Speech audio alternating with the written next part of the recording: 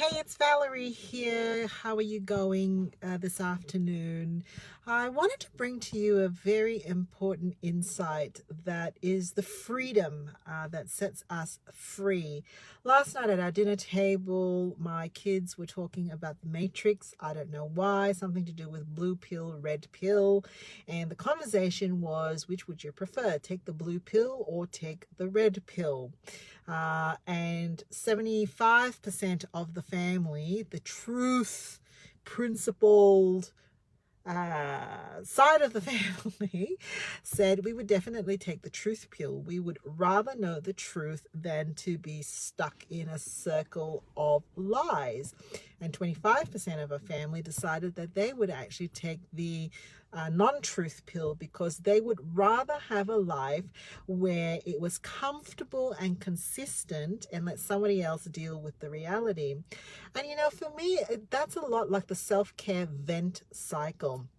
The self-care vent cycle when we're feeling tired is that we do a lot of expressive speaking of our distress, and we talk about it, and it's often not contained. And there's some evidence to suggest that when we are actually venting, when we are just letting it rip, saying what we think and letting our distress go, that it's actually counterproductive, because what we're doing is we're letting loose a bunch of emotions without containment or resolution. And when we don't provide containment and resolution and come back to base, it actually depletes our sense of mastery, of hope, of problem solving, of coping, and it actually reduces resilience. And so there's this cycle then that goes, the more that we vent, the more that we let loose, we then rely on self-care to be the agent that contains that. And the thing about that, it's a little bit like taking whichever pill it is that is the non-truth pill. You take a pill that actually really doesn't set you free. It just restores you to a sense of temporary relief. One of the joys that I've observed of doing this work for the last 5 years is the change that I've seen people go through. I've done a stress management and resiliency group for the last 3 years, and with coaching clients, when we actually start to ask ourselves from the perspective of a resourcing model. The resourcing model goes like this. Which part of my resourcing tank is depleting or getting close to empty? And then what is the one thing I need to do now to actually resource that tank?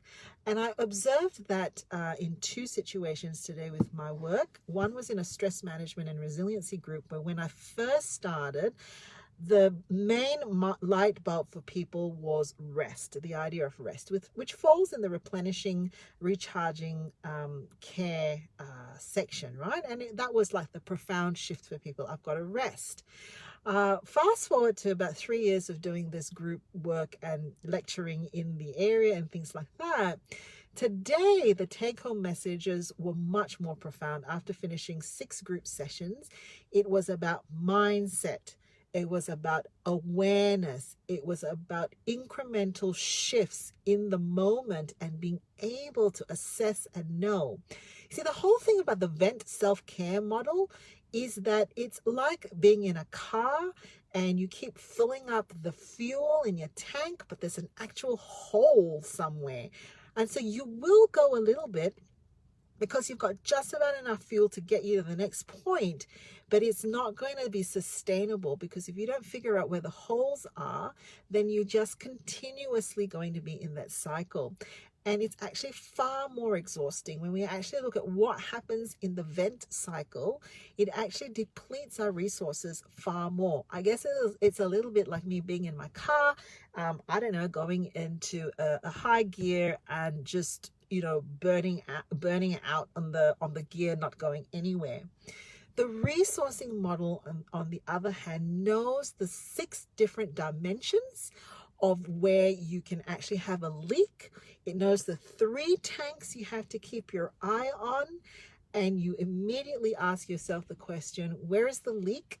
What is the resource that is required? And what do I know of my arsenal of replenish and recharge material that will get me to the next point? With my coaching client today, They were able to identify that there were some leaks. And as I heard them speaking, in my head, I kind of had an idea of where the resources were required. But coaching is a process. And so you want to be able to sit in the journey with the person that you're with. And within minutes, this person had voxed me and messaged me to say that they had figured out what they needed, what that one thing was needed, and they made it happen. And lo and behold, within an hour came another Voxer message that actually had the solution, the actual thing that they needed to do. And they said, I've identified it. I know what it is that I need to do now. Was it a self-care thing? No, it wasn't. It wasn't a self-care thing at all. It was an immediate solution to a problem that they could see that's where they needed to go. So be aware that the vent self-care movement is just like being in a car with a hole that you just keep putting the fuel. It'll work for a little while.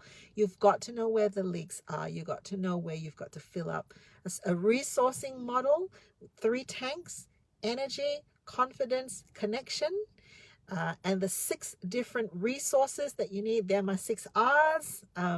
You can look that up. My burnout prevention plan, 6 R's. It's a little ebook on most sites. They're the things that you need to be keeping your eye on. All right. Have a great day.